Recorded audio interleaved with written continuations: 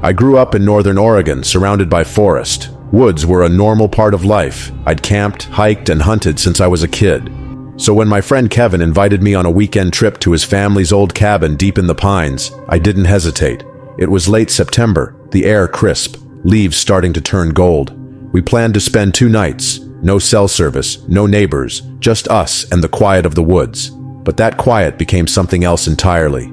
The first day was perfect. We chopped wood, fished at a nearby creek, and cooked dinner over the fire.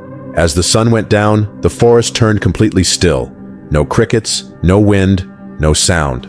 I remember saying it felt strange, like the woods were holding their breath. Kevin laughed it off, but later that night, I woke up to a noise outside. It wasn't an animal. It was footsteps. Slow, heavy, deliberate. I sat up in my sleeping bag, listening. The footsteps circled the cabin once, then stopped. I whispered Kevin's name, but he was snoring. I told myself it was probably a deer, but deep down, I knew it wasn't. I could hear the weight of it, like a person dragging their feet through the pine needles. I finally drifted back to sleep, but in the morning, we found footprints outside. Human footprints. Bare feet.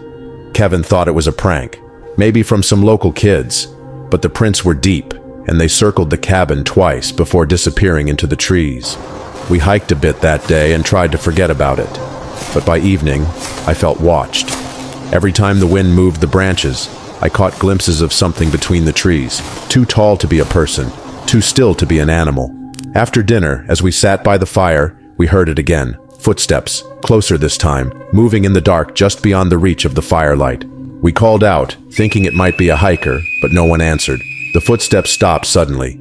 Then, from somewhere in the trees, came a whistle. Low, 2 notes, repeated twice. It sounded almost like someone mocking us. We went inside, locked the doors, and stayed up most of the night, listening. Around 2 a.m., something hit the side of the cabin, hard. Then again, on the back wall. The wood shuddered with each impact. Kevin grabbed his rifle, and I shined a flashlight through the window, but the beam caught only trees and darkness. No eyes, no movement. But the sound, it was like heavy breathing, right outside the glass. Then we heard it. A voice. Faint. Broken. Like it was coming from far away. Help! Please! Help me! It was a woman's voice, weak and trembling. It came from the tree line. Kevin wanted to go check, but I grabbed his arm. There was something wrong with that voice. No emotion, no panic.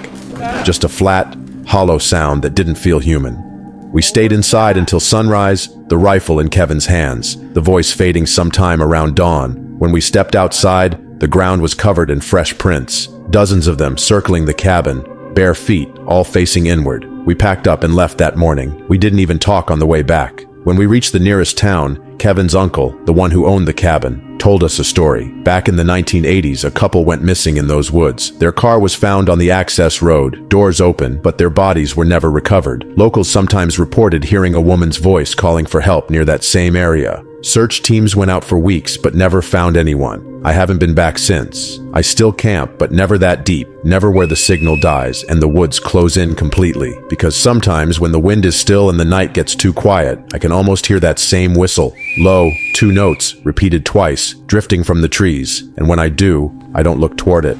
I just pack up, get in my truck, and drive.